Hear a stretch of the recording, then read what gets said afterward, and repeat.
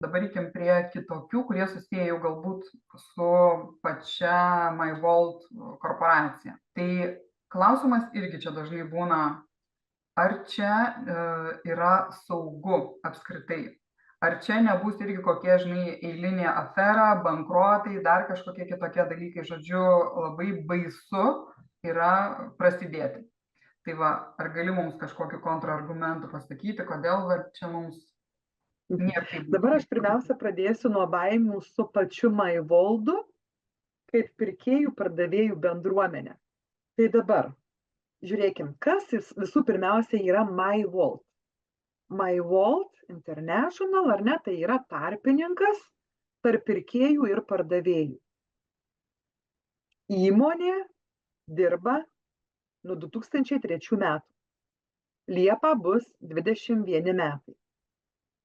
Kompanija su šita lojalumo programa plėtrą daro kosminiu greičiu. Jeigu žiūrint net mano pačios istoriją, aš į kompaniją atėjau prieš 13,5 metų, tai buvo 7 šalys atidarytos. Šiai dienai per 13,5 metų papildomai prijungta 50 šalių, nes jau yra 57.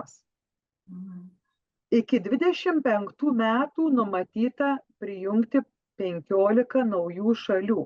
Viena startavo - Kenija. Vadinasi, dar 14 šalių per 1,5 metų planuojama atidaryti. Dabar toliau žiūrim. Vertė. Pirkėjams vertė kuriama nieko gyvenime nekeičiant, ar ne? Registracija pirkėjui nieko nekainuoja, nieko neįpareigoja, jokių būtinybių, jokių kortelės mokesčių. Vienintelis dalykas pasižiūrėti, jeigu kažko reikia, ar yra ta prekė pas MyVoldo partnerį, nesakykim kažkokį. Susirasti partnerį, pas kurį reikalinga jo prekė būtų arba paslauga. Ir tai yra lengvinama dar. Juo labiau, pavyzdžiui, perkant internetu. Yra toksai plugin, ne, programa, kur įvedus paiešką prekės, iš karto tau parodo prekybininkus ir netgi parodo prekybininką, jeigu jis yra MyVolde, iš karto mato. Tobula, nes aš pati ją irgi naudoju, iš tikrųjų tobulai. Toliau, išduosiu paslaptį. Jau greitų laiku bus netgi, jeigu ateinam pas prekybininką fizinį ir atsiskaitom kortelę, galbūt mes net nežinom, kad jis yra MyVoldo prekybininkas. Nes mes žinom, ar ne, kad gali pirkėjas naudotis galimybėmis visose šalyse. Tai šiandien dienai 57 šalyse pas fizinius partnerius. Gali taip nutikti, kad tu išvažiavai į kitą miestą, į kitą šalį, pakeliui, atėjai kažką nusipirkai ir tu gal net nepastebėjai, kad tai yra MyVoldo partneris. Bet jeigu tu apmokėjai savo kortelę, aišku, ta kortelė bus sujungta su MyVoldo paskyra, iš karto tau ateina žinutė, kad tu buvai pas MyVoldo prekybininką ir tau grįžta pinigai. Aš neišduosiu dabar iki pabaigos šito momento, bet aš noriu pasakyti ir čia. Galbūt net žmogus nežinos, kad apsilankė pas MyVoldo prekybininką, bet jeigu jisai yra MyVoldo prekybininkas, grąžos iš karto bus paskaičiuotos žmogui. Nežinau, tik ties aš dar pasitikslinsiu, jeigu dar nepaslaptis šitas dalykas, ar čia bus kažkokia speciali kortelė, ar tiesiog kažkaip su mūsų... Skytiu programa.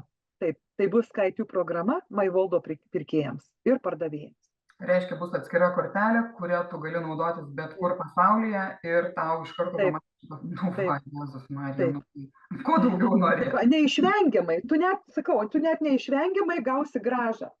Tu būsi bejėgis negauti grąžos. Siaubas, prievarta. Ar taip gali būti? Tai va, žinau, kuo tu daugiau pasakoji, tuo baisiau darosi, nes tiek dalykų, kur atrodo neįmanoma, žinai, kaip taip gali būti, taip gerai gali būti.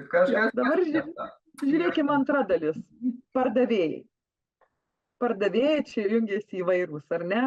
Su įvairiom prekėm ir paslaugom. Jeigu vieni pardavėjai ir išeis, ateis kiti.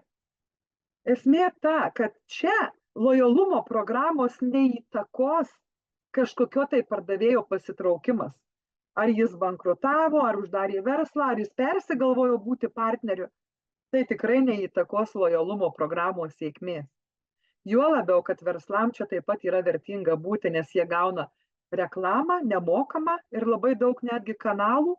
Aišku, etmedija kainuos verslui, bet be etmedijos, kiek yra reklaminių kanalų, kurie verslui nieko nekainuoja. Plius gauna tarptautinius klientus, netgi tarptautinius. Ir tą pačią duomenų apsaugos programą stiprią ir netgi, sakykime, įrankį, kur išsaugoti esamus klientus, laikyti ryšį su klientais. Tai va, pranašumas prieš konkurentus, padidintas žinomumas, nu žodžiu. Tai va, tai čia rizika nulis, lojalumo programa, kuri duoda vertę ir vienai ir kitai pusiai. Aišku, MyVoldui lieka procentai, ar ne, nuo apyvartų, kurias pirkėjai MyVoldo padaro pas MyVoldo prekybininkus. Tai yra normalu, tarpininko komisinis.